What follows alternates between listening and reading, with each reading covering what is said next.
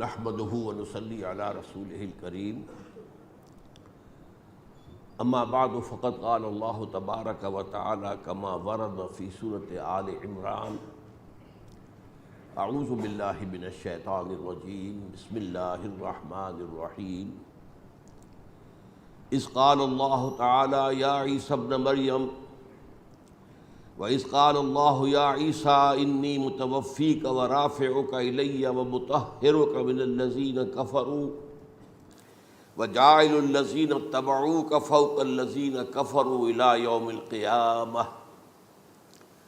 وَقَالَ عَزَّ وَجَلَّ كَمَا وَرَدَ فِي سُورَةِ النِّسَاءِ وَقَوْلُهُمْ إِنَّا قَتَلْنَا الْمَسِيحَ عِيسَى ابْنَ مَرْيَمَ وَمَا قَتَلُوهُ وَمَا صَلَبُوهُ وَلَكِنْ شُبِّهَ لَهُمْ وَإِنَّ الَّذِينَ اخْتَلَفُوا فِيهِ لَفِي شَكٍّ مِّنْهُ مَا لَهُمْ بِهِ مِنْ عِلْمٍ إِلَّا اتِّبَاعَ الظَّنِّ وَمَا قَتَلُوهُ يَقِينًا وقال عز وجل كما ورد في سورة المائدة وَكُنْتُ عَلَيْهِمْ شَهِيدًا مَا دُمْتُ فِيهِمْ فَلَمَّا تَوَفَّيْتَنِي كُنْتَ أَنْتَ الرَّقِيبَ عَلَيْهِمْ وَأَنْتَ عَلَى كُلِّ شَيْءٍ شَهِيدٌ وقال عز وجل كما ورد في سورة الزمر الله يتوفى الأنفس حين موتها والتي لم تمت في منامها فيمسك التي قضى عليها الموت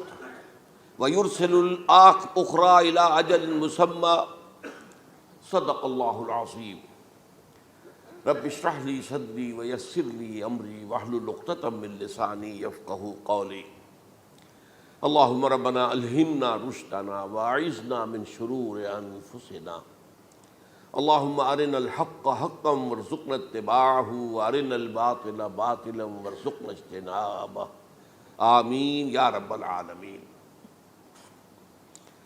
آپ کے علم میں ہے کہ آج میں وفات مسیح کے موضوع پر گفتگو کروں گا۔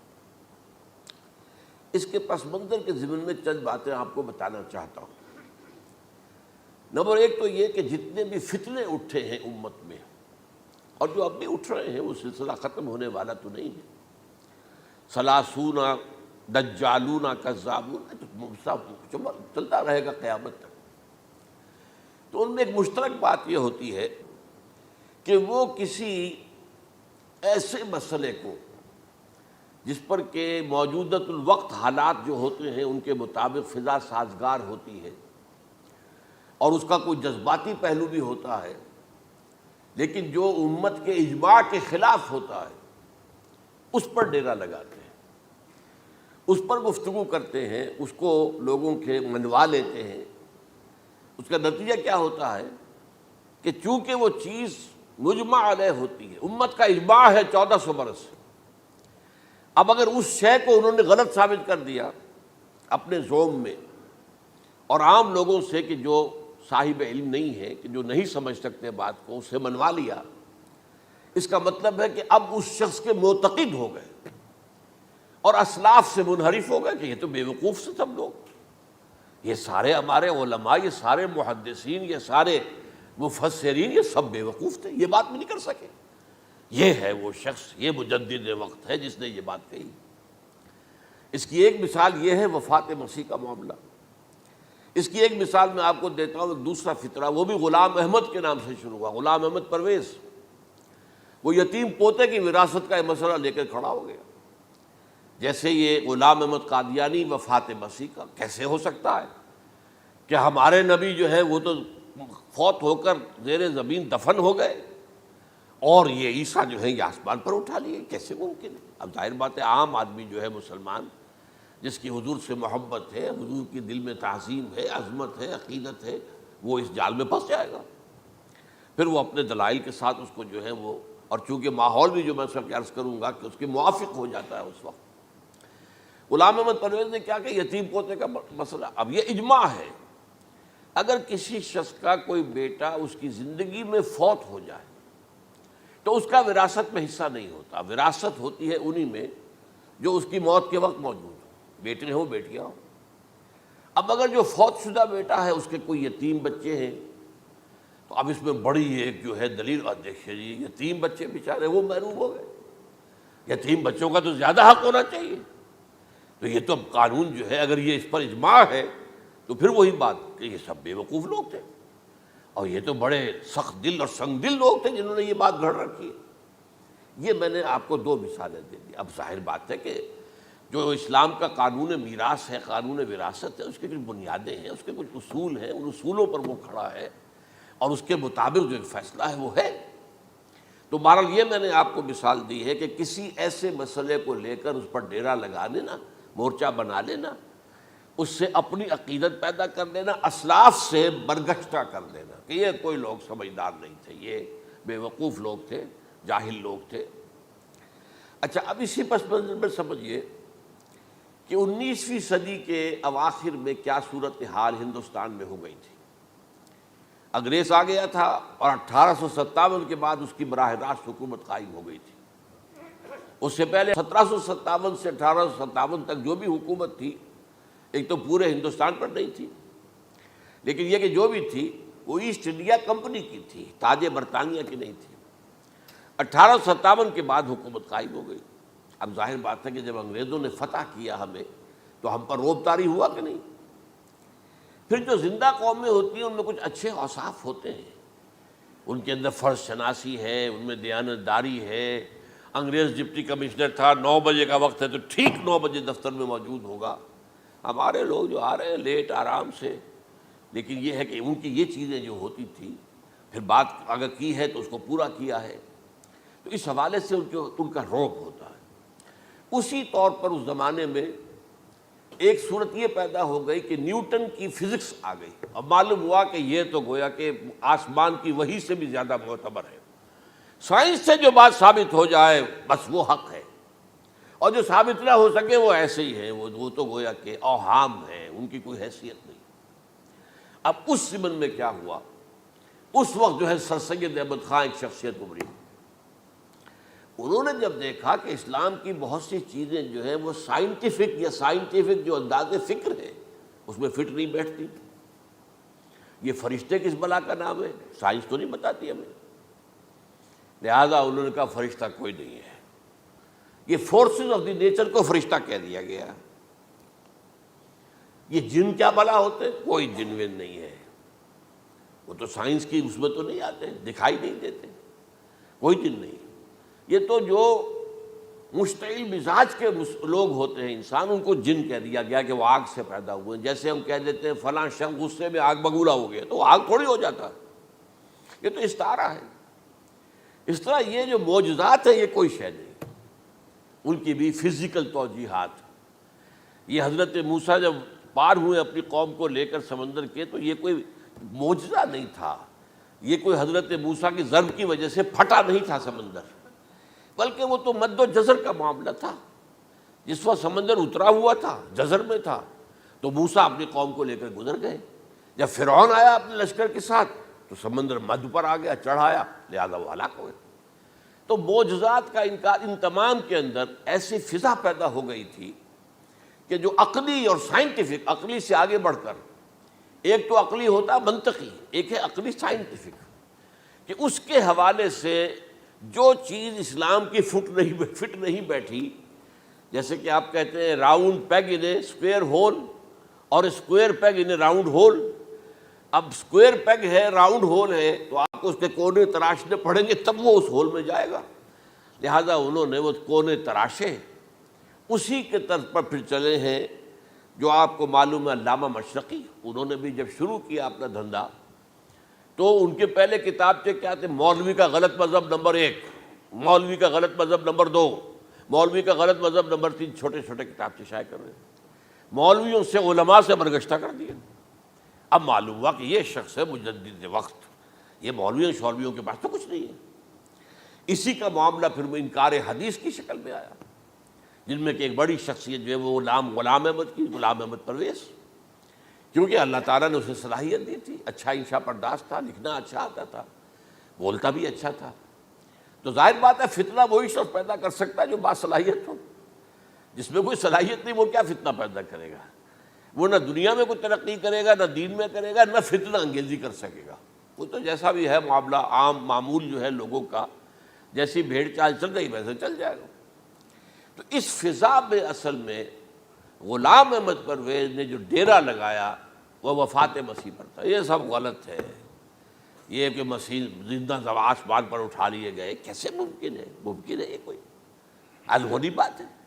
سائنس اس کو مان سکتی ہے؟ وہ تو اصل میں ٹھیک ہے، ان کا کہنا کیا ہے کہ مسیح کو سولی تو چڑھایا گیا تھا لیکن وہ اس پر مرا نہیں، فوت نہیں ہوا، موت واقع نہیں ہوئی۔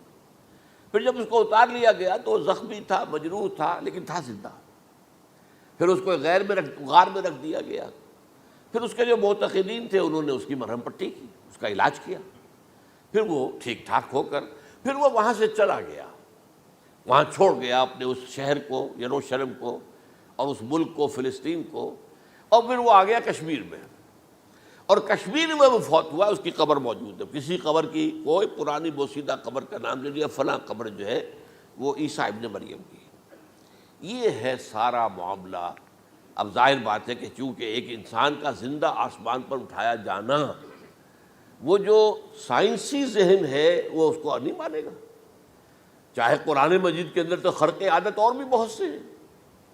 آخر اصحاب کہف 300 برس تک سوتے نہیں رہے، یہ کوئی سائنس کے حساب کتاب سے صحیح ہے؟ یا یہ ہے کہ حضرت عزیر علیہ السلام 100 برس تک مردہ رہے پھر زندہ کر دیے گئے، ان کا گدھا بھی زندہ کر دیا گیا جیسا کہ سورہ بقرہ میں آیا، لیکن ان کا کھانا جو ہے وہ صحیح رہا، اس کو مسا نہیں، اس میں کوئی بدبو نہیں آئی۔ تو واقعات ہوتے ہیں ایسے، اللہ تعالیٰ جو چاہے کرے، خرق عادت ٹھیک ہے۔ فطری قانون جو بھی ہے، جو لاز آف دی نیچر اللہ نے بنائے ہیں اور اس کے مطابق ہی دنیا چل رہی ہے، لیکن اللہ تعالیٰ کے ہاتھ ٹوٹ نہیں گئے، بند نہیں ہو گئے، اختیار ختم نہیں ہو گیا۔ میں کیا کروں؟ میں تو قانون بنا بیٹھا، اب تو میں کچھ نہیں کر سکتا۔ میں تو قانون بنا چکا ہوں کہ آگ جلاتی ہے، اب اگر ابراہیم کو آگ میں ڈال دیا تو میں تو نہیں بچا سکتا، اس لیے کہ قانون ہے، وہ میرا بنایا ہوا قانون۔ لیکن ہم یہ سمجھتے ہیں، ہمارا ایمان ہے اللہ تعالیٰ جو ہے وہ قادر مطلق ہے، وہ جب چاہے اپنے ہی بنائے ہوئے کسی قانون کو توڑے۔ اسی کو کہتے ہیں خرق عادت۔ خرق کے معنی ہوتا ہے پھاڑ دینا، توڑ دینا۔ جیسے کہ وہ سورہ کہف میں لفظ آتا ہے کہ وہ حضرت موسیٰ کو جن کے پاس بھیجا گیا تھا، بزرگ کے پاس، انہوں نے اس کشتی کا جس میں وہ سوار تھے اس کا ایک تختہ پھاڑ دیا، توڑ دیا، خرقہ۔ تو خرق عادت سے مراد کیا؟ عام عادی قانون، laws, physical laws, chemical laws, جو بھی دنیا میں چل رہا ہے، بایولوجیکل لاز، ان کو جب چاہے اللہ توڑے اور اپنی خصوصی مشیت کا اس کے اندر اظہار کر دے۔ اب اس سلسلے میں جو میں نے آیات آپ کو سنائی ہیں، اور اسی طرح کی کچھ اور آیات بھی ہیں، ان میں قادیانی نے اور قادیانیوں نے اصل ڈیرا لگایا ہے لفظ وفات پر۔ اصل میں یہ لفظ کیا ہے؟ جو لوگ عربی زبان سے واقف نہیں، ان کو بڑی آسانی، وفات وفات وفات، یہ تو آ گیا، توفیتو، توفیتا، متوفی کا، اے موسیٰ میں تمہیں وفات دے دوں گا، اے اللہ جب تو نے مجھے وفات دے دی، تو وفات تو قرآن میں ہے۔ پھر اس کے ہوتے ہوئے یہ مفسرین کو کیا ہو گیا؟ ان کا دماغ خراب ہو گیا تھا۔ یہ تمام محدثین جو ہیں اتنی عقل بھی نہیں تھی ان میں۔ تو یہ وہ بات جو میں پہلے بیان کر چکا ہوں۔ اب میں آپ کو بتاتا ہوں اصل میں عربی زبان کا قاعدہ۔ عربی زبان کے اندر ایک سے حرفی روٹ ہوتا ہے، اس سے الفاظ بنتے چلے جاتے ہیں۔ مختلف خانوں میں پانی ہے، پانی کو آپ نے گلاس میں ڈال دیا، کوئی اور شیپ ہو گئی، کپ میں ڈالا کوئی اور شیپ ہو گئی، اور تشت میں ڈالا کوئی اور شیپ ہو گئی، شیپ تو بدل جائے گی، ہے تو وہی کا وہی پانی۔ تو اسی طریقے سے مثلاً میں مثال دے رہا ہوں آپ کو، علم یعلم، علم، کسی شے کو جان لیا، عالم یعلم، اعلاماً، کسی کو کچھ بتا دیا، علما خود جان لیا، اور عالم یعلم اعلاماً، کسی کو کچھ بتا دینا، علم یعلم تعلیماً، کسی کو کوئی بات بڑی اچھی طرح ذہن نشین کرانا، بار بار دہرانا، سمجھا دینا، یہ تعلیم ہو گئی۔ تعلم یتعلم تعلماً، خود علم حاصل کرنا۔ اب علم یعلم سے عالم بنا، اور علم یعلم سے معلم بنا، اور تعلم یتعلم سے خود علم حاصل کرنا، اس سے متعلم بنا، متعلم جو کہ علم حاصل کر رہا ہے۔ اسی طرح استعلام، علم حاصل کرنا، کسی چیز کے بارے میں جسے ہندی میں کہتے جانکاری حاصل کر لینا، اویئرنیس حاصل کر لینا۔ اب وہی لفظ ہے علم، اب کہیں آپ اس کے مادے کو دکھا کر اور اس کے معنی میں الٹ پھیر کریں گے تو جو شخص عربی زبان سے واقف نہیں وہ تو نہیں جانے گا اس کو۔ اسی طرح کی مثال ہے وفا، وفا یفی، وقا یقی، وفا یفی، اوفا یوفی ایفاءً، وفا یوفی توفیتاً، توفا یتوفا تعفن، اور استیفاء۔ یہ اسی طریقے سے میں نے مثال آپ کو دے دی۔ وفا یفی کے مادے سے اس مصدر سے کوئی لفظ قرآن میں نہیں آیا، لیکن اردو میں آپ کو معلوم ہے نا بڑا پیارا مصرع ہے، وہ وعدہ ہی کیا جو وفا ہو گیا۔ بھئی وعدہ وفا کرو، وعدہ پورا کرو، اس کے معنی ہے پورا کر دینا، کسی کو کوئی چیز پوری دے دینا۔ اور اس کے بعد اوفا یوفی، اس کے معنی بھی وہی ہے، بھرپور۔ اس سے بنے گا اوفو بعہدی اوف بعہدکم، یہ جو سورہ بقرہ کے 5ویں رکوع میں آیا ہے، یہودیوں تم میرے عہد کو پورا کرو تو میں تمہارے عہد کو پورا کروں گا، تم میرے عہد کو پورا کرو، میں نے تم سے عہد لیا تھا کہ جو رسول نبی امی آئیں گے، نبی رسول امی، اس کو تمہیں ماننا ہے، اس کا ساتھ دینا ہے۔ اوفو بعہدی، اب اس عہد کو پورا کرو۔ اوف بعہدکم، تو میں تمہارے ساتھ برکات خیرات جیسی پہلے رہی ابھی باقی رکھوں گا۔ وفا یوفی، پورے اہتمام سے پورا کر دینا، کسی کو دے دینا چیز پورے اہتمام کے ساتھ، جیسے علمہ یعلم، پورے اہتمام کے ساتھ درجہ بدرجہ ایک بات ذہن نشین کرنا۔ یوفی، اس کا جیسے وَإِبْرَاهِيمَ الَّذِي وَفَّى، ذرا اس ابراہیم کا تذکرہ کرو جس نے سارے تقاضے جو اللہ کے تھے پورے کر دیے، بھرپور۔ جو امتحان آیا اس میں وہ ثابت قدم نکلے۔ توفا یا توفا، یہ آیا کسی شے کو پورا پورا لے لینا۔ اب ایک ہے پورا پورا دے دینا، ایک ہے پورا پورا لے لینا، ایک ہے کسی کو علم دینا، علمہ یعلم تعلیماً، کسی کو پورا دینا، وفا یوفی توفیتاً، کسی سے علم حاصل کرنا، تعلم یتعلم تعلماً، کسی سے پورا پورا لے لینا ہے، توفا یتوفی، اور اسی طرح استیفاءً، کسی سے پورا لے لینا۔ یہ لفظ آیا ہے ویل للمطففین الذین اذا اکتالوا علی الناس یستوفون واذا کالوہم ووزنوہم یخسرون۔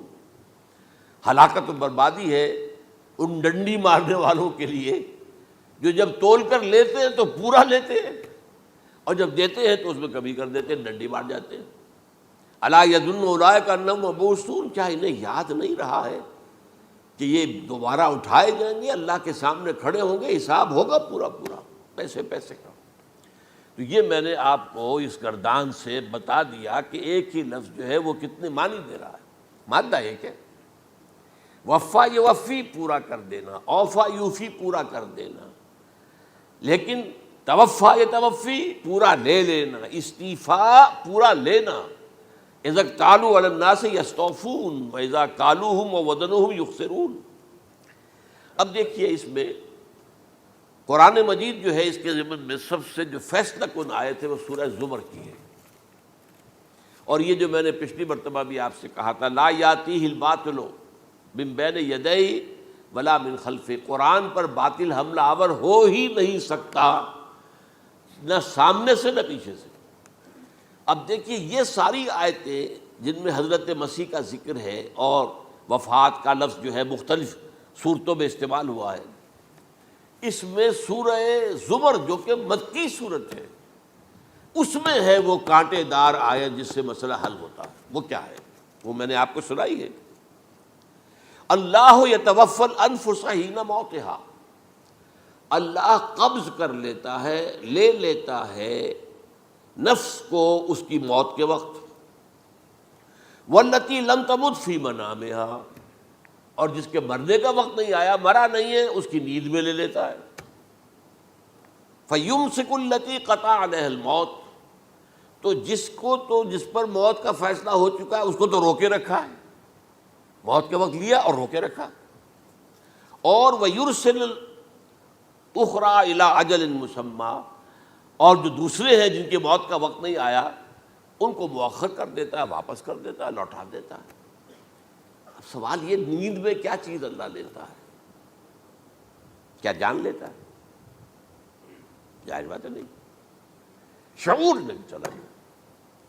ایک ہے انسان کا شعور، وہی تو سب سے اعلیٰ شے ہے، سب سے اونچی چیز تو وہی ہے۔ یہ شعور ختم ہو گیا تو انسان کہاں رہا؟ اس کے نیچے جو کچھ ہے وہ تحت شعور ہے، سب کانشیس مائنڈ۔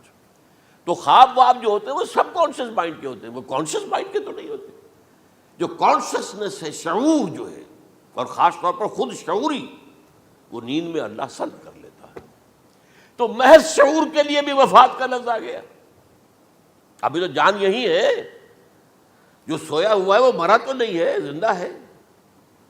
البتہ جب جس کو ہم موت کہتے ہیں وقت آیا تو شعور بھی لے لیا، جان بھی لے لی، دو چیزیں لے لی۔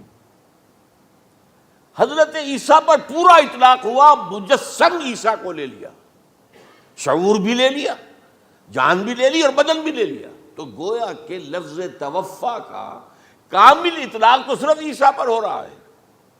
ہم جب مرتے ہیں تو ہمارا جسم تو یہی رہتا ہے، وہ تو گیا قبر میں، پورا قبض نہیں کیا اس نے، پوری شے کو اپنے قبضے میں نہیں لیا، جسم تو یہی ہے۔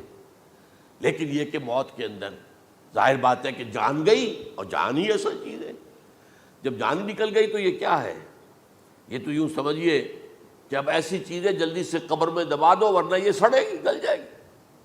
اور قبر میں بھی کیا ہوگا؟ کیڑے ویڑے کھائیں گے، ختم کریں گے، الا ماشاءاللہ جس کو اللہ چاہے۔ انبیاء کرام اور شہداء کی جسموں کو اللہ تعالیٰ نے محفوظ رکھا ہوا ہے، واللہ عالم۔ تو اس اعتبار سے تو اب توفا، اللہ یتوفی الانفس حین موتها، اب نفس کا لفظ دیکھیے، یہ قرآن مجید میں نمبر کتنے معنی میں آیا؟ ایک تو پورا وجود کسی کا یہ نفس ہے، میرا نفس، نفسی نفسی نفسی، کیا ہوگا جب قیامت کے دن ہم بول رہے ہوں گے؟ اور جو اللہ کے لیے بھی لفظ آ گیا نفس، نفس کے معنی ہم جب بولتے ہیں عام طور پہ تو وہ تو برے سمجھ میں بولتے ہیں، بھائی یہ نفسانی تقاضے ہیں، ان کو ذرا دبا کے رکھو۔ لیکن یہ نفس، یحذرکم اللہ نفسہ، اللہ تمہیں ڈراتا ہے اپنے آپ سے، یعنی اللہ اپنی ذات سے ڈراتا ہے کہ وہ جہاں رؤوف اور رحیم ہے وہاں پر وہ عذاب دینے والا بھی ہے، انتقام بھی لیتا ہے، شدید العقاب بھی ہے۔ تو یہ بھی ہو گیا نفس۔ پھر نفس جو ہے ہم اس کو بھی کہہ دیتے ہیں، جو کہ نفس کی ایک کیفیت ہے خاص، نفس لوامہ، نفس امارہ، نفس مطمئنہ، یا ایتھا النفس المطمئنہ ارجعی الی ربک راضیۃ مرضیہ۔ تو یہاں پر کیا ہے؟ نفس سے مراد پہلا جو ٹکڑا ہے، اللہ یتوفی الانفس حین موتها، شعور جو ہے اسے، اس پر لفظ نفس کا اطلاق ہوا۔ اور جب موت ہوتی ہے تو شعور کے ساتھ جان بھی اس کے اندر شامل، وہ نفس کا اطلاق ہو گیا اس پر بھی۔ اور اصل میں لفظ توفا جو ہے اس کا حقیقی مفہوم اگر پورا ہوا ہے اس معنی میں کہ پورا کا پورا لے لینا، تو وہ تو صرف حضرت مسیح علیہ السلام کے بارے میں ہے۔ شعور جمع جان جمع جسم، وہ سب کے سب اللہ تعالیٰ نے لے لی۔ تو یہ اصل میں اس آیت کے اوپر جو ان لوگوں نے زور لگایا ہے، اس میں اس اعتبار سے کہ یہ لفظ وفات جو ہے اس کے اوپر جو ہے عام طور پر وفات کے معنی ہے موت ہے، حالانکہ قرآن مجید میں موت کا لفظ بھی تو آیا ہے نا، ان موتہا واللتی لم تمت، یہ سارے الفاظ موت کا لفظ بھی تو آتا ہے نا۔ لیکن یہ کہ وفات کا لفظ بھی ہے، کوئی شک نہیں ہے، حضور کی وفات ہو گئی، فلاں کی وفات ہو گئی، یہ بھی ہے، لیکن یہ اس کا ایک استعمال ہے۔ وفا یفی، اوفا یوفی، وفا یوفی، توفا و یتوفی، استیفا یستعفی، یہ سارے الفاظ اسی سے وفا کے لفظ سے بن رہے ہیں۔ اب یہ کہ اس کے ضمن میں عقلی بات آپ کے سامنے رکھنا چاہتا ہوں۔ یہ تو میں نے آپ کے سامنے اس لفظ کے حوالے سے، کیونکہ سارا ڈیرا اس لفظ پر ہے ان کا۔ دیکھیے پہلی بات عقلی طور پر یہ ہے جو قرآن سے ثابت ہے، رسول کبھی قتل نہیں ہو سکتا اور رسول کبھی مغلوب نہیں ہو سکتا۔ اس میں فرق ہے نبی اور رسول کا، نبی قتل ہو سکتا ہے، رسول قتل نہیں ہو سکتا۔ اب یہ علیحدہ بحث ہے، نبی کون ہوتا ہے، رسول کون ہوتا ہے۔ اس میں جو اجماع ہے تمام امت کا وہ کیا ہے کہ رسول خاص ہے، نبی عام ہے۔ نبی بہت آئے ہیں، 1.25 آئے ہیں بعض روایات کی روح سے، رسول بہت تھوڑے 313 آئے ہیں۔ قرآن مجید میں یوں سمجھیے کہ 20 کے قریب تو انبیاء کا ذکر ہے، اور 5-7 ہیں جو رسول ہیں۔ حضرت نوح رسول ہیں، آدم تو رسول نہیں تھے، نبی تو تھے۔ حضرت شیس رسول تو نہیں تھے، نبی تو تھے۔ حضرت ادریس رسول تو نہیں تھے، نبی تو تھے۔ نبی تو رسول جو ہے پہلے وہ تو حضرت نوح ہے۔ تو اس طریقے حضرت جو ہود ہیں، پھر حضرت صالح ہیں۔ اس حوالے سے نبی اور رسول کے فرق کو سمجھیے تو قرآن کہتا ہے کتب اللہ لاغلبن انا ورسلی، اللہ نے طے کر دیا ہے، لکھ دیا ہے، میں اور میرے رسول غالب آ کر رہیں گے۔ رسول مغلوب نہیں ہو سکتے۔ نمبر 2، وَلَقَدْ سَبَقَتْ كَلِمَتُنَا لِعِبَادِنَا الْمُرْسَلِينَ أَنَّهُمْ هُمُ الْمَنْصُورُونَ وَأَنَّ جُنْدَنَا لَهُمُ الْغَالِبُونَ۔ یہ بات ہمارے طرف سے طے کی جا چکی ہے، پہلے سے طے ہو چکی ہے، پہلے سے معین قانون ہے اپنے ان رسولوں کے بارے میں جنہیں ہم نے بھیجا ہو، رسولوں کے، نبیوں کے بارے میں نہیں، کہ وہی منصور ہوں گے، ان کی مدد کی جائے گی لا محالہ، اور ہمارا جو لشکر ہوگا یعنی رسول کے ساتھ جو لوگ ہوں گے وہ اللہ کا لشکر ہے، وہ حزب اللہ ہے۔ وَأَنَّ جُنْدَنَا لَهُمُ الْغَالِبُونَ، لازماً وہ غالب ہو کر رہیں گے۔ یہ 2 چیزیں جو ہے قرآن مجید کے اندر، یہ 2 آیات نص سے قطعی ہیں کہ رسول کبھی مغلوب نہیں ہو سکتا، رسول کبھی قتل نہیں ہو سکتا۔ اب عجیب بات دیکھیے سورہ آل عمران میں، کیونکہ حضرت عیسیٰ کے ساتھ حضرت یحییٰ بھی موجود ہیں۔ حضرت یحییٰ حضرت مریم کے خالہ زاد بھائی تھے، حضرت زکریا کے بیٹے تھے۔ سورہ آل عمران اور سورہ مریم دونوں میں آپ دیکھتے ہیں کہ پہلے یحییٰ کا ذکر ہوتا ہے، پھر عیسیٰ کا ذکر ہوتا ہے۔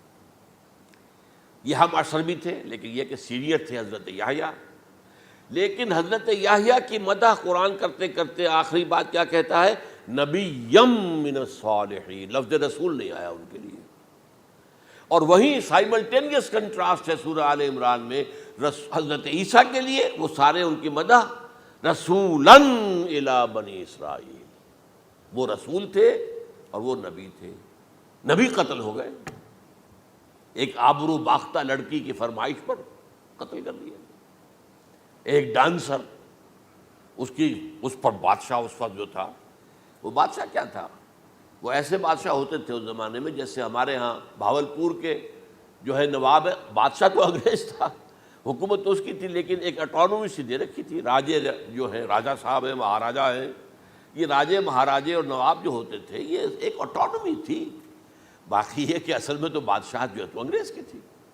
تو اسی طرح کی ایک اٹانومی جو ہے حکومت وہاں اس وقت تھی اصل میں رومیوں کی، اس کا گورنر وہاں موجود تھا پائلیٹس پونٹس، لیکن یہ کہ انہوں نے یہودیوں کو ایک مذہبی اٹانومی دے رکھی تھی۔ چنانچہ ہیڈرن ان کا ادارہ تھا، دارالقضاء، جہاں چوٹی کے ان کے فقہاء اور لیڈر جو تھے، ربائی، وہ بیٹھتے تھے اور فیصلے کرتے تھے۔ کسی مذہبی معاملے میں جو فیصلہ وہ کر دیتے تھے یہ ان میں معاہدہ تھا، وہ فیصلہ جو ہے وہ پھر ایگزیکیوٹ کیا جائے گا، وہ فیصلہ آخری ہوگا ان کا۔ وہ خود تو سزا نہیں دے سکتے، سزا تو گورنر دے گا، لیکن یہ کہ اگر ہیڈرن جو ہے ان کا جو وہ ہے ادارہ ٹاپ کا، وہ اگر سزا دے دے، سلا دے، تو گورنر کو وہ سزا دینی پڑے گی، یہ ان کا طے تھا معاملہ۔ تو اس نے حضرت مسیح علیہ السلام کو مرتد قرار دیا، جو ہیڈرن ان کا سب سے اونچا ادارہ تھا۔ تو اس اعتبار سے ان کو جو ہے، لیکن جیسا کہ میں بتا رہا تھا کہ حضرت عیسیٰ رسول تھے، وہ قتل نہیں ہو سکتے تھے، مغلوب نہیں ہو سکتے تھے، لیکن حضرت یحییٰ نبی تھے، ان کو وہی جو اس وقت کا جو یہودیوں میں سے جو بادشاہ تھا نام کا، جو ہیروڈ اینٹیپاس، یوں سمجھیے کہ اس نے کچھ بہت حرام کاری کی ہوئی تھی، شاید اپنے بھائی کی کسی بیوہ کو، وہ مجھے ایگزیکٹلی یاد نہیں ہے، بغیر اس کے کہ وہ عدت مدت پوری ہو پھر نکاح ہو، اسے اپنے گھر میں ڈالا ہوا تھا، اور اس کی جو لڑکی تھی اس کے اوپر بھی عشق آ گیا تھا، آپ کو دل آ گیا تھا، شادی بھی کرنا چاہتا تھا اس سے، اور اس کا ڈانس تھا، اس پر کہا مانگو کیا مانگتی ہو۔ تو اس نے کہا، اس لیے کہ حضرت یحییٰ جو ہے تنقید کرتے تھے بہت کہ یہ تم کیا حرام کام کر رہے ہو، تم نے جس طریقے سے جس عورت کو گھر میں ڈالا ہوا ہے تم گناہ کر رہے ہو، تم شریعت کے خلاف کام کر رہے ہو۔ اس کو کہا تھا یو ڈاٹر آف سن، اس لڑکی کو کہا تھا تم جو کہ گناہ کی بیٹی ہو. اور وہ ناراض تھے, اور وہ ملکہ بھی جو تھی اس وقت تھی, اور یہ اس کی بیٹی بھی بہت ناراض تھے. تو انہوں نے کہا, مجھے وعدہ لے لیا کہ دیکھو جو کہہ رہے ہیں, جو مانگوں گی مانگنا پڑے گا. مانگنا, ہاں مانگوں گا. مجھے یحییٰ کا سر چاہیے. ایک دفعہ تو وہ کانپ گیا, اسے اندیشہ تھا کہ اگر یحییٰ کو میں نے قتل کر دیا تو یہودیوں کے اندر ہو سکتا بغاوت ہو جائے.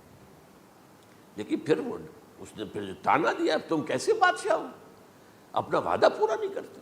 پھر انہوں نے کہا ٹھیک ہے, حکم دیا. اور وہ جیل میں تھے پہلے سے ہی, وہاں گیا اور جو ہے ان کا سر قلم کیا, لا کے پیش کر دیا.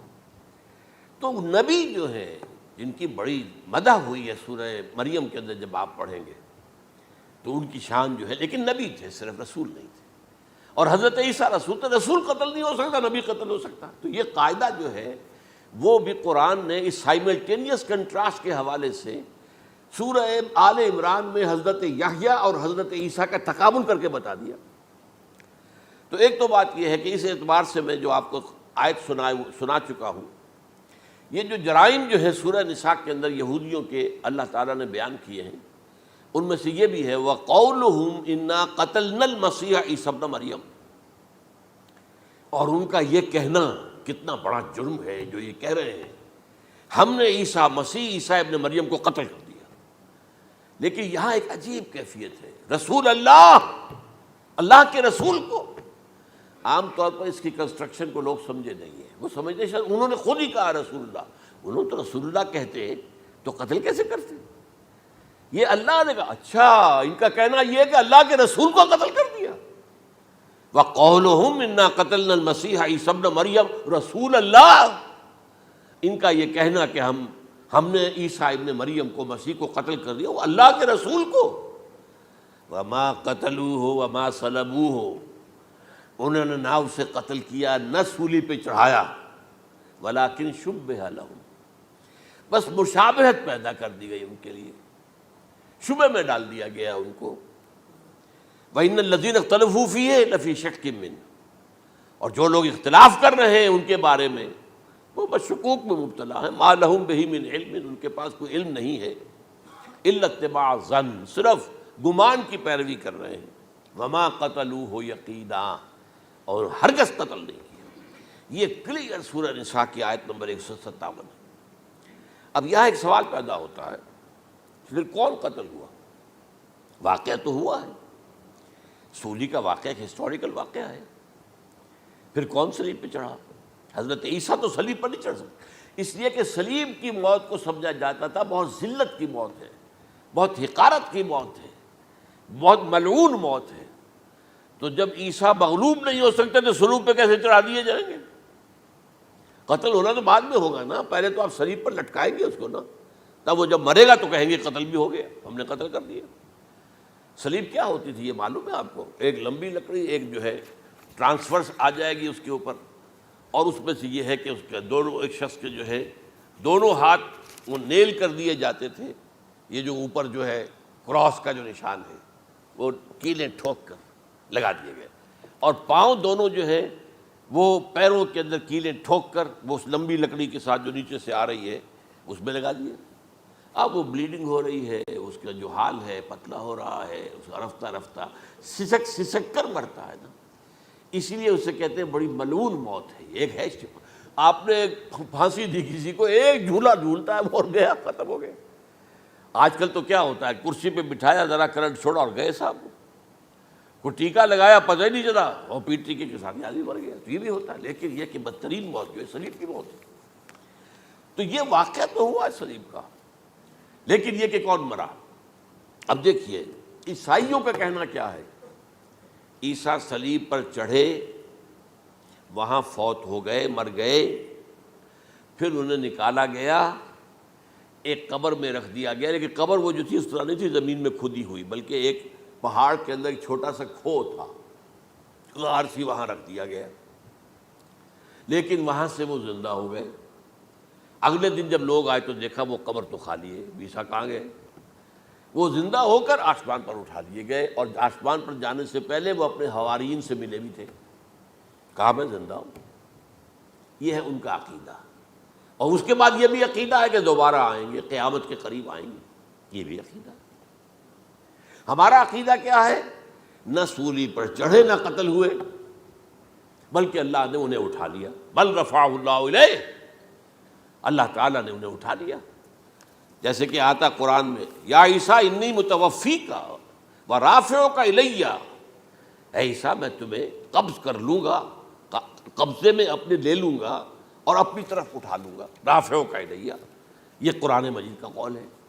البتہ یہ ہمارا بھی عقیدہ ہے کہ وہ دوبارہ آئیں گے، وَإِنَّهُ لَعِلْمٌ لِلسَّاعَةِ، وہ قیامت کی ایک عظیم ترین نشانی ہوں گے کہ جب وہ آئیں گے، اور اس کے بعد جو ہے یا جو اینٹی کرائسٹ ہوگا کہ جو کہ جھوٹا عیسیٰ ہوگا، جھوٹا دعویٰ کرے گا، جسے کہ مسیح الدجال کہا گیا، اس کے ساتھ مقابلہ ہوگا، اسے قتل کریں گے، اور تمام یہودی اس کے بعد قتل ہو جائیں گے، جو بھی اس وقت تک کفر پر قائم رہیں گے۔ اگر ان میں سے کوئی اس وقت حضرت عیسیٰ پر ایمان لے آئے تو وہ شاید بن جائے۔ بہرحال یہ ہے یہود، ان کا جو ہے قادیانیوں کا وہ عقیدہ کیا ہے؟ سولی پر تو چڑھا، گویا کہ ذلت والی بات تو ہو گئی، مغلوب تو ہو گیا، قرآن کی نفی اس پہلے کیوں، وما صلبوہ وما قتلوہ، تو گویا کہ سولی پر چڑھ گیا تو وہ بدترین جو ہے تکلیف، مصیبت، مشقت وہ ساری تو آ گئی، مغلوبیت تو آ گئی، لیکن یہ کہ اس کے بعد کہتے ہیں مرا نہیں، وہ ابھی وہ سسک ہی رہا تھا کہ اتار دیا گیا۔ اس کے بعد اس کے جو شاگرد تھے، حواری تھے، انہوں نے مرہم پٹیاں کی، پھر وہ ٹھیک ہو کر چلا گیا کہیں اور، ہجرت کر گیا اپنی قوم سے جو ان کے خیال میں کشمیر ہے، اور یہاں آ کر وہ طبی موت مر گیا۔ بات اللہ اللہ ختم ہوا معاملہ۔ ہم کیا کہیں؟ ہم تو صرف یہ کہتے رہے ہیں، 1300 برس تک ہم نے یہ کہا ہے کہ ہمارا ایمان ہے قرآن پر کہ ان پر نہ صلیب دیے گئے نہ قتل ہوئے، انہیں اٹھا لیا گیا۔ کب اٹھایا یہ ہمیں معلوم نہیں تھا، کس مرحلے پر اٹھایا یہ ہمیں معلوم نہیں تھا، پھر سولی پر کون چڑھا یہ ہمیں معلوم نہیں تھا، لہذا کسی تفسیر میں آپ کو نہیں ملے گا، کہیں نہیں، نہ قرآن میں ہے، نہ حدیث میں ہے، نہ کسی تفسیر میں۔ یہ تو پچھلی صدی کے دوران جو پوپ کی لائبریری ویٹیکان میں، اس سے ایک نسخہ برآمد ہوا، انجیل برنباس۔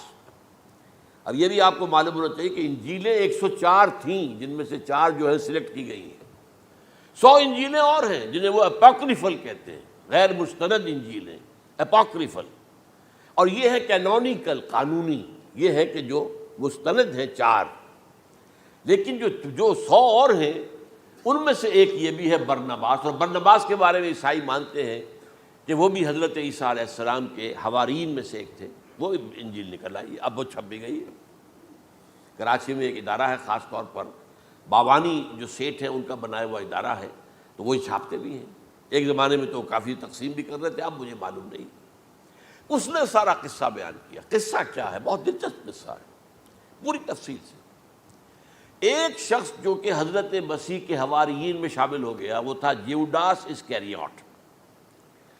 یہ شخص اصل میں تھا ایک زیر زمین تنظیم وہاں چل رہی تھی، زیلوٹس، انڈر گراؤنڈ موومنٹ، تاکہ ہم رومنوں کی حکومت یہاں سے ختم کریں اور اپنی پوری حکومت اور آزادی حاصل کریں۔ ان میں سے یہ بھی تھا، ان کا سرغنہ تھا برابس، برابا ڈاکو اسے کہا جاتا ہے، برابس۔ ظاہر بات ہے کہ قانون شکن تھا تو ڈاکو ہی تھا۔ اچھا، ان میں سے یہ شخص جو ہے، اس نے جیوڈاس نے حضرت عیسیٰ کے معجزے دیکھے بہت، اور اتنا یقین ہو گیا اسے کہ یہ شخص جو ہے عیسیٰ، یہ ایک مرتبہ اگر رومیوں پر لعنت بھیج دے، کرس کر دے، تو رومی ختم ہو جائے۔ لیکن ان سے کئی دفعہ جو ہے پھیر ڈال کر، ہیر پھیر کے ساتھ کوشش کی گئی کہ رومیوں کے خلاف وہ کوئی جو ہے وہ لعنت ملامت کر دے، وہ نہیں کرتے تھے۔ یہ ایک علیحدہ بات ہے، کیوں نہیں کرتے تھے، یہ اس وقت میرا موضوع نہیں ہے۔ منہاج عیسوی کیا تھا، منہاج موسوی کیا تھا، منہاج محمدی کیا تھا، ان میں فرق ہے۔ لِكُلٍّ جَعَلْنَا مِنْكُمْ شِرْعَةً وَمِنْہاجًا، سورہ مائدہ میں آیا، تمام رسولوں کے لیے ہم نے ایک ایک منہاج، ایک ایک شریعت علیحدہ علیحدہ دی ہے۔ بہرحال منہاج عیسوی کچھ اور تھا، تو یہ نہیں کہتے تھے۔ اب اس نے کیا کیا کہ وہ اپنے ڈاکو سرغنے سے اجازت لے کر ان کے حواریین میں شامل ہو گیا، اعتماد حاصل کیا، اور بار بار کوشش کی کہ یہ بد دعا دے دیں، رومیوں کو نہیں دی۔ اب اس نے سوچا کہ انہیں اگر ذاتی طور پر تکلیف پہنچے گی تو زبان سے کلمہ نکل ہی جائے گا نا کوئی لعنت کا. اس نے پکڑوایا حضرت عیسیٰ کو، کیونکہ جب یہ فیصلہ ہو گیا تھا ان کے قتل کا، ہیڈرن جو ہے ادارہ وہ دے چکا تھا، اس کا فتویٰ تھا یہ واجب القتل ہے، یہ مرتد ہے، لہذا اس کو قتل کر دیا جائے. اور یہ فیصلہ جو ہے وہ رومی گورنر تک پہنچایا جا چکا تھا.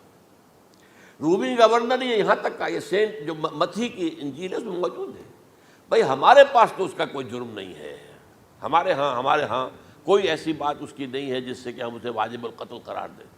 ان کا نہیں، ہمارا حکم ہے، ہمارا فیصلہ تمہارا طے ہے، چاہے مذہبی معاملے میں کوئی فیصلہ ہمارا ہوگا تو تمہیں جو ایگزیکیوٹ کرنا ہوگا. بہرحال اس وقت حضرت مسیح روپوش ہو گئے گرفتاری سے بچنے کے لیے. ایک باغ میں تھے وہ، وہاں پر رات کے وقت انہوں نے اپنے حواریین کے ساتھ لاسٹ سپر کہتے ہیں اس کو، لاسٹ سپر کھانا کھایا، آخری کھانا تھا. اور اس کے بعد اس نے فرمایا آج کی رات تم میں سے ایک میرے خلاف غداری کرے گا. یہ کہہ کر حضرت مسیح تو ایک کوٹھڑی میں چلے گئے جو ہوتی ہے باغ کے اندر، کوئی کھرپے ورپے جو ہے، کوئی وہاں پہ کسیاں رکھی ہوئی، تو اس میں خود جا کر عبادت میں مصروف ہو گئے. اپنے حواریین سے کہا کہ تم بھی عبادت کرو. وہ حواریین سو گئے. اب یہ اسکریوٹ جو ہے یہ اٹھا، یہ گیا رومیوں سے جا کر کہا میں پہنچا دیتا ہوں عیسیٰ تک، پکڑوا دیتا ہوں، آؤ میرے ساتھ. 30 ان کے آدمی آئے. وہ اس سے کہا باغ کے باہر کھڑے رہو تم، میں اندر جاؤں گا، تھوڑی دیر کے بعد تم آنا، جسے میں کہوں اے میرے استاد، پکڑ لینا اسی کو. یعنی رومنز کو معلوم نہیں تھا کہ یہ کون ہے عیسیٰ، لیکن یہ کہ یہ تو یہودیوں کو معلوم تھا نا سب کچھ. ہوا کیا کہ وہ جب اندر آیا ہے اور کوٹھڑی میں داخل ہوا، اسی وقت اس کی شکل بدل دی گئی حضرت مسیح کی. شبہ لہم، مشابہت پیدا کر دی گئی، شبیہ بدل دی گئی، اور چھت پھٹی، 4 فرشتے اترے اور حضرت مسیح کو لے کر آسمان پر چلے گئے. تو باہر آیا وہ، تو جیسے ہی وہ یہ باہر آیا وہ باقی ہماری جان گئے، اے ہمارے استاد. اسی وقت جو ہے وہ رومی داخل ہو گئے تو پکڑ لیا. تو اصل میں گرفتار ہوا ہے برنباس کی انجیل کے مطابق یوڈاس اسکریوٹ، وہ سولی چڑھا ہے. لعنتی موت اس پر آئی. کیوں آئی ہے؟ غداری کی اس نے، بٹرے کیا حضرت مسیح علیہ السلام کو. تو وہ تو مستحق تھا، کوئی ظلم نہیں تھا. اگر عیسیٰ کی جگہ کسی اور کو دے دیا جاتا ایسے کسی کو پکڑ کر تو وہ تو ظلم ہو جاتا نا، اس کا تو کوئی جرم نہیں تھا. تو یہ تو واقعی مجرم تھا. وہ سولی چڑھا ہے اور حضرت عیسیٰ کو اٹھا لیا.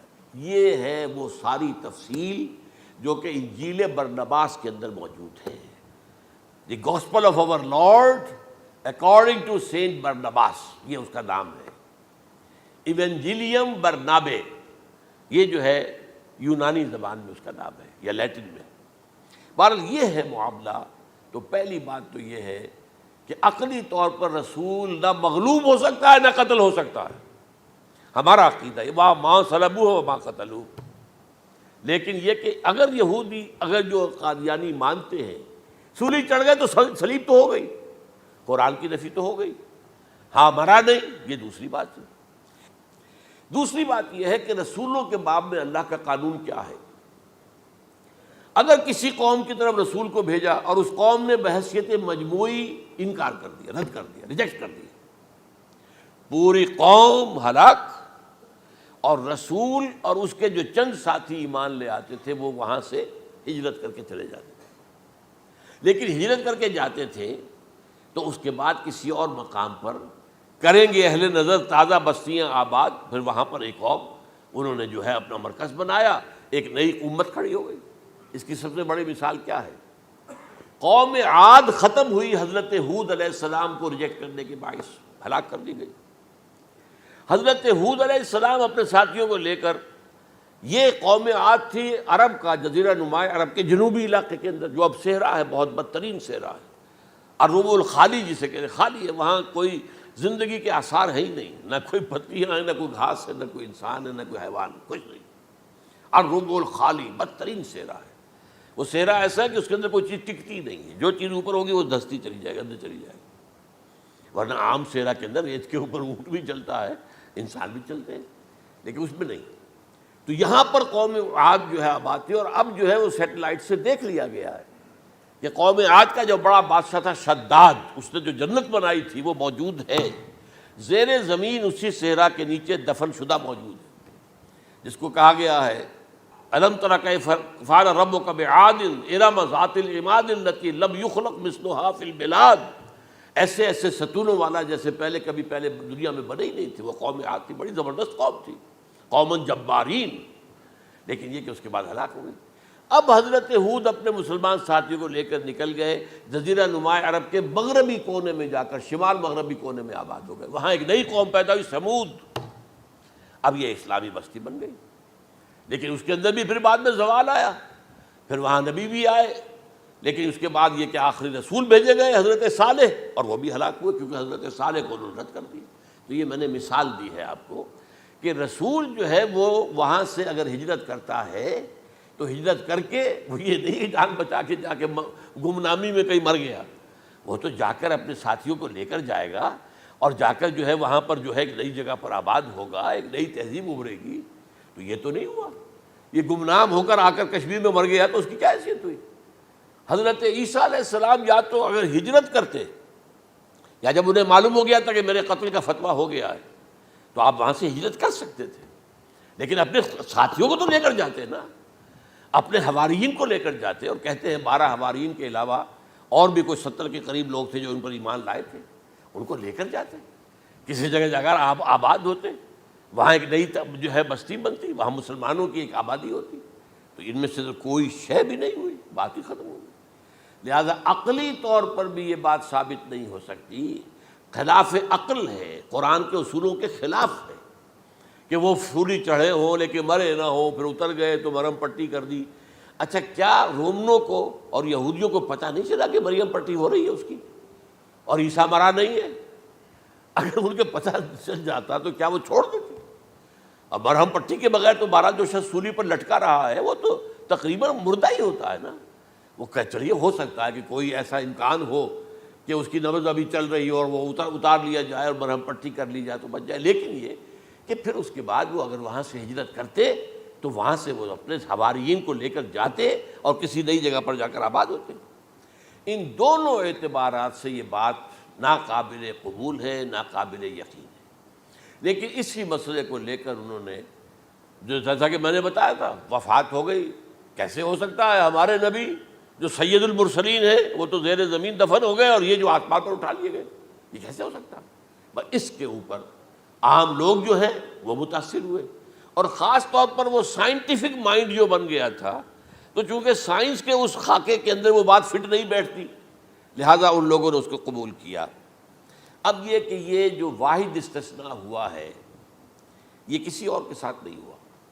ویسے حضرت مسیح کی پوری شخصیت مستثنیٰ ہے، بن باپ کے تو کوئی اور رسول پیدا ہوا ہی نہیں، نہ نبی پیدا ہوا۔ پھر وہ معجزے جو حضرت مسیح کو ملے کسی نبی کو نہیں ملے۔ حضرت صالح کو ایک ہی معجزہ ملا تھا نا ایسا کہ لوگوں نے کہا کہ تم یہ اس چٹان میں سے ابھی ایک گابن اونٹنی برآمد کر کے دکھا دو، وہ دکھا دی گئی، پھر ہلاک کر دیے گئے۔ لیکن جو اور معجزے حضرت مسیح کو دکھائے ہیں وہ بچپن میں بولے ہیں، گود میں تھے یا پنگھوڑے میں تھے، بولے ہیں انی عبداللہ آتانی الکتاب و جعلنی نبیا۔ یہ بات نہ ہوتی تو حضرت مریم کے کیا حشر کرتی قوم کہ تمہاری بغیر شادی کے یہ کہاں سے لے آئی ہو تم، یہ تو ولد الزنا ہے۔ پھر تو یہ سارا معاملہ جو ہے حضرت عیسیٰ بولے ہیں وہاں پہ، خود وہ بچہ بولا ہے۔ اب اس کے بعد بولنے کی لوگوں کے اندر کیا گنجائش تھی؟ زندہ کو مردہ کر دینا، ثم بإذن اللہ، مردہ زندہ ہو گیا، اور تخلیق حیات، ایک پرندہ بنانا گارے کا، پھونک مارنا اور اڑتا ہوا پرندہ بن جائے، ایک کوڑی کے جسم پر ہاتھ پھیرنا اور کوڑ ختم، ایک مادرزاد اندھے کی آنکھوں پر ہاتھ پھیرنا اور بینائی آ گئی۔ یہ سارے معجزات مستثنیٰ شخصیت ہے۔ ان کا یہ استثناء کیوں کیا گیا، یہ بڑی تلخ بات ہے، یہ یاد کر لیجیے، کیونکہ یا تو قوم اسی وقت ہلاک کر دی جاتی جیسا کہ ہوا قوم نوح، قوم ہود، قوم عاد، قوم ثمود، قوم شعیب، یہ ہوا کہ نہیں ہوا؟ اور صدوم اور عمورہ کی بستیاں جہاں حضرت لوط بھیجے گئے، اور آل فرعون جو ہلاک کیے گئے، یا تو پوری قوم ہلاک کی جاتی؟ نہیں، یہ یوں سمجھیے کہ اس پورے معاملے کو درمیان میں سے ایک وقفہ دے دیا گیا، حضرت عیسیٰ کو اٹھا لیا گیا۔ اور حضرت عیسیٰ دوبارہ آئیں گے۔ یہ کیوں کیا گیا؟ اب اس میں بڑی تلخ بات آپ سے کہہ رہا ہوں، یہ آپ کے لیے قبول کرنا آسان نہیں، حلق سے نیچے اترے گی مشکل سے۔ اس قوم کو زندہ رکھا گیا ہے جو ملعون اور مغضوب علیہم قوم ہے۔ سب سورہ فاتحہ میں مفسرین لکھتے ہیں ضالین، یہ نصارہ ہے، اور مغضوب علیہم یہ یہودی ہیں۔ اور قرآن کہتا ہے لعن الذین کفروا من اہل الکتاب علی لسان داؤد عیسی ابن مریم، لعنت کی گئی ایک ملعون اور مغضوب قوم کے ہاتھوں۔ آخری امت محمد، اور اس کا بھی بہترین حصہ، اس پر عذاب ان کے ہاتھوں آئے گا۔ عربوں پر عذاب یہودیوں کے ہاتھوں، اس لیے ان کو بچایا گیا۔ یہ میں نے کئی دفعہ واقعہ سنایا، مولانا اسلائی صاحب بتایا کرتے تھے، کیونکہ وہ راجپوت تھے، یو پی کے راجپوت مشرقی حصے کے، کہ ہمارے ہاں کوئی نوجوان اگر کوئی بڑی گری ہوئی حرکت کرتا تھا تو اس کے سر پر چمار کے ذریعے، چمار کے ہاتھوں جوتا لگوایا جاتا تھا۔ اگر راجپوت کے سر پر راجپوت کا جوتا گرا تو چلو تکلیف تو ہوئی، لیکن یہ کہ راجپوت کا جوتا گرا ہے نا، پڑا ہے، لیکن راجپوت کے سر پر چمار کا جوتا، جس کو آپ انگریزی میں کہتے ہیں to add insult to injury, وہ تکلیف بھی ہے جوتا کھانے کی، اور انسلٹ ہے کہ ایک چمار مار رہا ہے۔ یہ امت سب سے خیر امت ہے، کنتم خیر امت اخرجت للناس۔ اس کے لیے عذاب بھی بدترین آئے گا، اور کن پر آئے گا؟ اس امت کا جو اصل نیوکلیس ہے عرب، جس کے بارے میں حضور کی حدیث موجود ہے ویل للعرب، عرب کے لیے بہت بڑی ہلاکت ہے۔ اور آج ہماری نظر میں آ رہا ہے وہ ملعون اور مغضوب علیہم قوم، ان کے سینے کے اندر خنجر کی طرح بھونکی گئی ہے، اور 30 کروڑ کے قریب عرب بے حمیتی، بے غیرتی، بزدلی، کمزوری، ذلت، مسکرت کی مثال بنے ہوئے۔ کوئی بول سکتا ہے اس اسرائیل کے خلاف؟ کوئی بول سکتا ہے؟ 30-35 لاکھ آدمی ہے اسرائیل کے اندر یہودی، اس سے زیادہ تو امریکہ میں 50 لاکھ کے قریب، کل 1.25 کروڑ آدمی ہے یہ یہودی پوری دنیا کے اندر۔ لیکن دیکھیے جو چاہتا کرتا ہے، جب چاہا اس نے عراق کے ایٹمک انسٹالیشن کو تباہ کر دیا، اور سعودی عرب کی فضا میں اس کو فیول کیا ہے انہوں نے، دوبارہ ریفیولنگ جو ہوئی ہے ان کے جہازوں کی، وہ سعودی عرب کی فضا میں ہوئی۔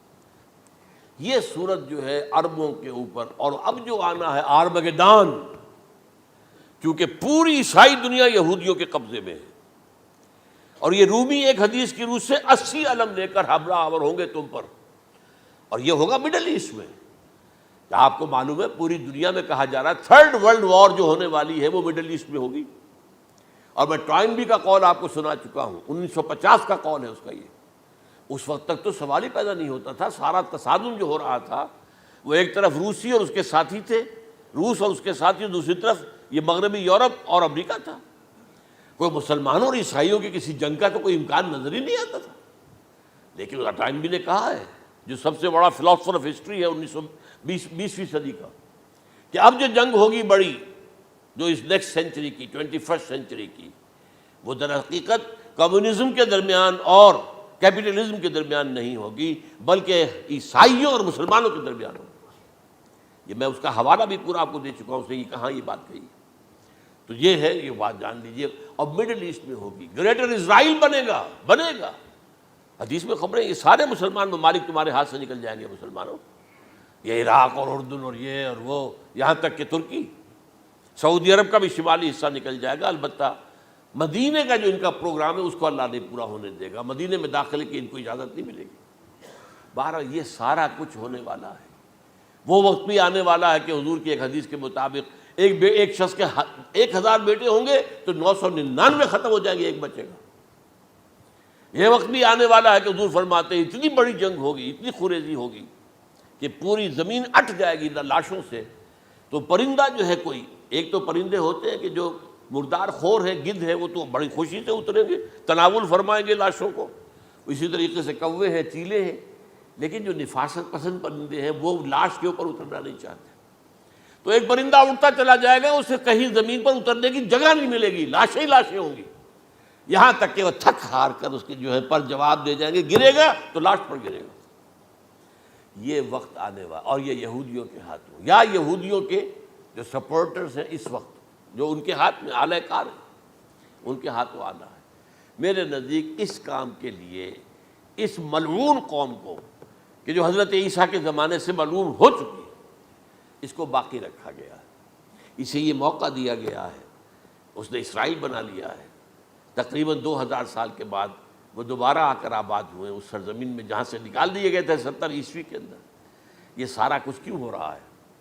تو در حقیقت میرے نزدیک واللہ عالم حکمت خداوندی اس میں یہ ہے، انہیں روک کر رکھا گیا ہے اور حضرت عیسیٰ کو اٹھا لیا، پھر وہی عیسیٰ آئیں گے اور انہی کے ہاتھ میں یہ ہلاک ہوں گے۔